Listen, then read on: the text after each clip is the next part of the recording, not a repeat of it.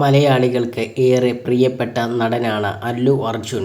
ആദ്യകാലത്ത് അദ്ദേഹത്തിന്റെ കരിയറിലെ ഏറ്റവും വലിയ വിജയമായ ചിത്രമായിരുന്നു ആര്യ.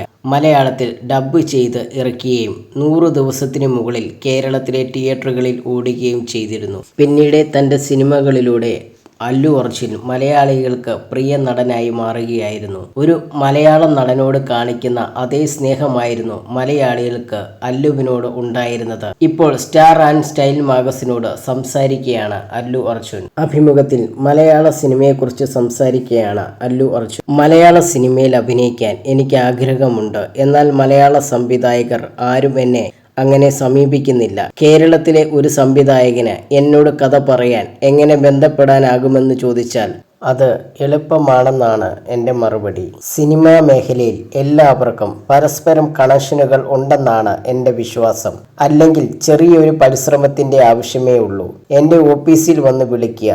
ഈ ഒരു ശ്രമം നടത്താൻ എല്ലാ മലയാളി സംവിധായകരോടും ഞാൻ അഭ്യർത്ഥിക്കുകയാണ്. മലയാള സിനിമയിലേക്ക് വരികയാണെങ്കിൽ ആരുടെ കൂടെ അഭിനയിക്കാനാണ് ആഗ്രഹമെന്ന് ചോദിച്ചാൽ സത്യത്തിൽ റോളുകൾ യോജിച്ചാൽ ആരുടെ കൂടെ അഭിനയിക്കുന്നതിലും എനിക്ക് പ്രശ്നമില്ല.